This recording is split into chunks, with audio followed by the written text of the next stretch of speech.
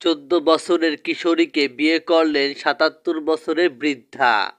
৭৭ বছর বয়সী এক আওয়ামী লীগ নেতার বিরুদ্ধে জোর করে বিয়ে করার অভিযোগ করেছেন ভুক্তভোগী ১৪ বছর বয়সী এক কিশোরী।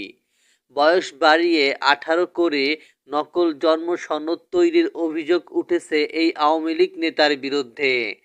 ভুক্তভোগী জানিয়েছেন, সমাজের চোখে আমরা স্বামী স্ত্রী হলেও আসলে আমরা স্বামী স্ত্রী নই।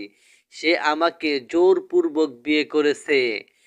বিদ্যালয়ের অনুষ্ঠান শেষে জোর করে মোটরসাইকেলে তুলে তার বাসায় নিয়ে যায়, বিভিন্ন ভয়-ভীতি দেখায়।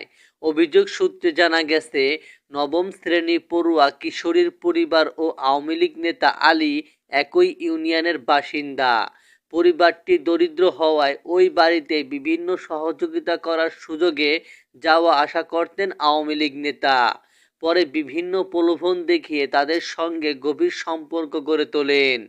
প্রসঙ্গত, অভিযুক্ত আওয়ামী লীগ নেতার প্রথম স্ত্রী থাকা সত্ত্বেও স্কুল ছাত্রীকে বিয়ে করায় পুরো এলাকা জুড়ে সমালোচনা ও আলোচনার ঝড় বইছে।